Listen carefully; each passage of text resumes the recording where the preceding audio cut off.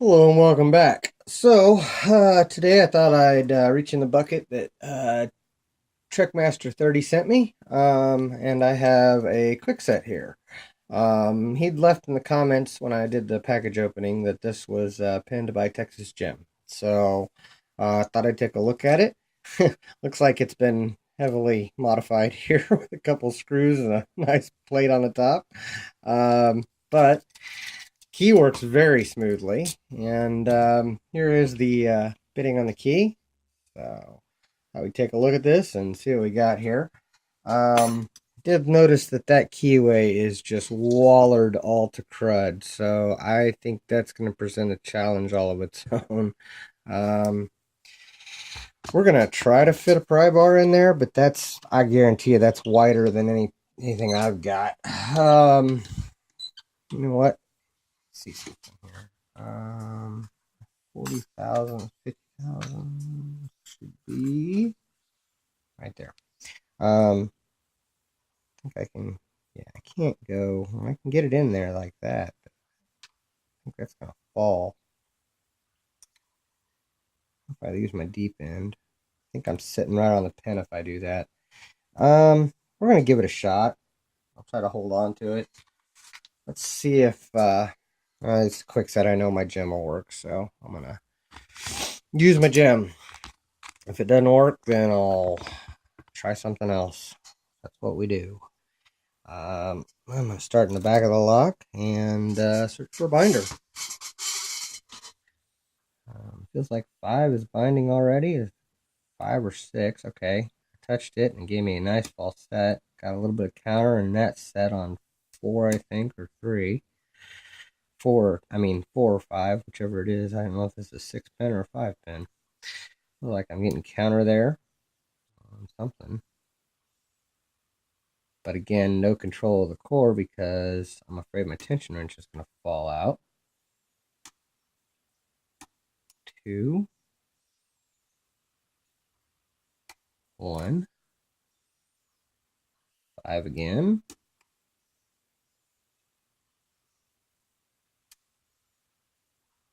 Okay, just touched 2 and got a really deep false set there. 3, and it's open. All right, here we go. That was kind of tricky. Let's open this up and see what we got here. Really interesting feedback on that, but like I said, I think the challenge of that lock is the that keyway. All right, let's get the pinning tray out. See what we got here.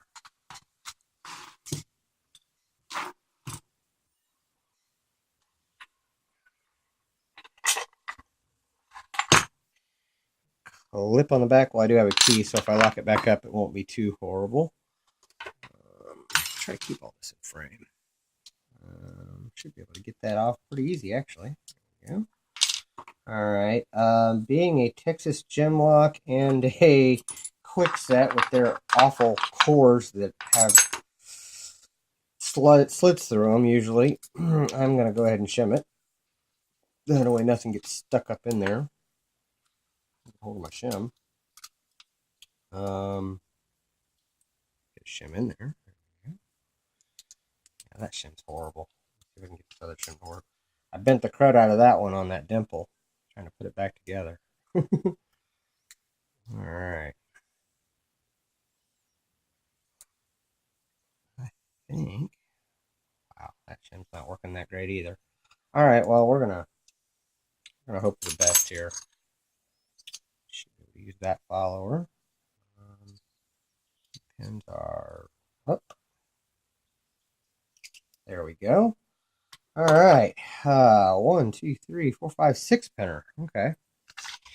Here is the key pins are in and working.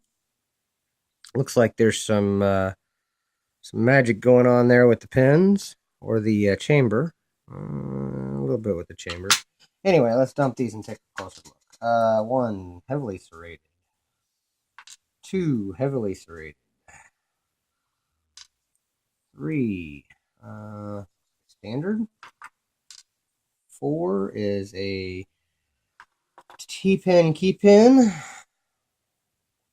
5 is a standard, and 6 is a T-pin key pin.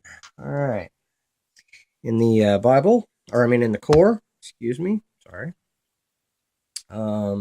It appears we have threading in 2 and 4, and it looks like 5 is enlarged. I don't know that I'd call that. I guess that could be. Yeah, it's enlarged. I had made the mistake of saying enlarged instead of countermilled, or countermilled instead of enlarged, and somebody brought that to my attention, and I'm trying to make sure I get the right terminology for it.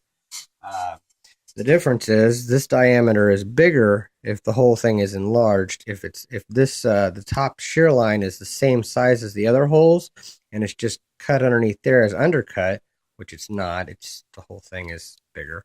Then that would be countermilling. So I don't know if any of that was showing up on the camera, but that's what we have there. Is 2 and 4 is threaded, and 5 is enlarged. All right, let's get the shim out of there, and we will. Let's see what we got. Good looking spool in one. Get him out. There we go. He was in there like that. 2. Another double spool. Oh, and that one fell into my follower. He was a kind of a reduced diameter spool.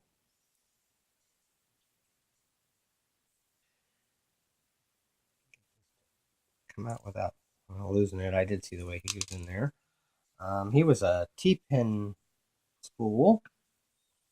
Oh gosh, these are interesting looking pins.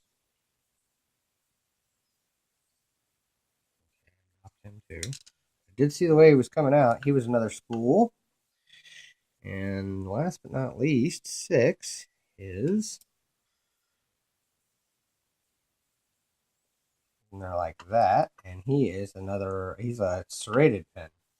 Looks like different size springs. So dump them here one at a time, maybe.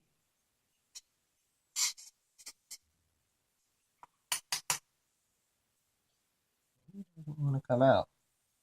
He's in there pretty deep too. Came out. One, no, that was 2. 1 does not want to come out there. He's way below the shear line, so I'm not going to force him. We're just going to leave him there. He's just a really small spring that's stuck in there, I guess. That was 2 and 3, 4.